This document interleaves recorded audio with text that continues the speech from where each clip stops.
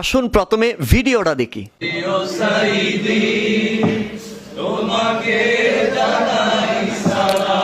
দেখতেছেন ওই সকল মানুষরা যারা বাংলাদেশ থেকে আমরা যখন ইয়া নবী সালাম আলাইকা বলে নবীজিকে সালাম দিই, এই সমস্ত আলেমরা আমাদেরকে শিরিকের ফতোয়া দিয়েছে, আমাদেরকে বেদাতের ফতোয়া দিয়েছে। আজ আমরা দেখছি তারা ঢাকা থেকে আরেকজন ব্যক্তির যার কবরটা বরিশালের ফিরোজপুরে তাকে সালাম দিচ্ছে।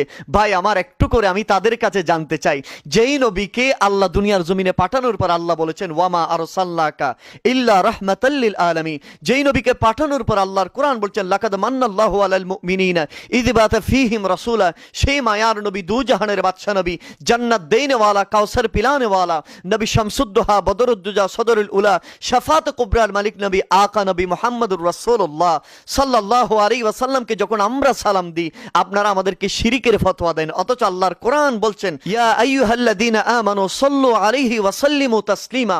আল্লাহর কোরআনে সুস্পষ্ট আয়াত থাকার পরেই আমরা নবীজিকে সালাম দিলে আপনাদের সুলকানি বেড়ে যায়। একজন ব্যক্তিকে সালাম দেওয়ার জন্য আপনারা ইফতার মাহফিলের পর সবাই লাইন ধরে দাঁড়িয়ে গেছেন, অথচ আপনারা বাংলাদেশের শ্রেষ্ঠ আলেম নিজেকে দাবি করেন, বাংলাদেশের সবচেয়ে বড় আলেম নিজেকে দাবি করেন। তো আমি বলতে চাই ভাই রে, আপনারা তো দুনিয়ার মানুষকে সালাম দেন, দুনিয়ার মানুষকে খুশি করেন। আপনাদের কাছে জানতে চাই, যদি ব্যক্তিকে সালাম দিলে যদি জায়েজ হয় তাহলে নবীর বেলায় কেন শিরিক এবং বেদাত হবে?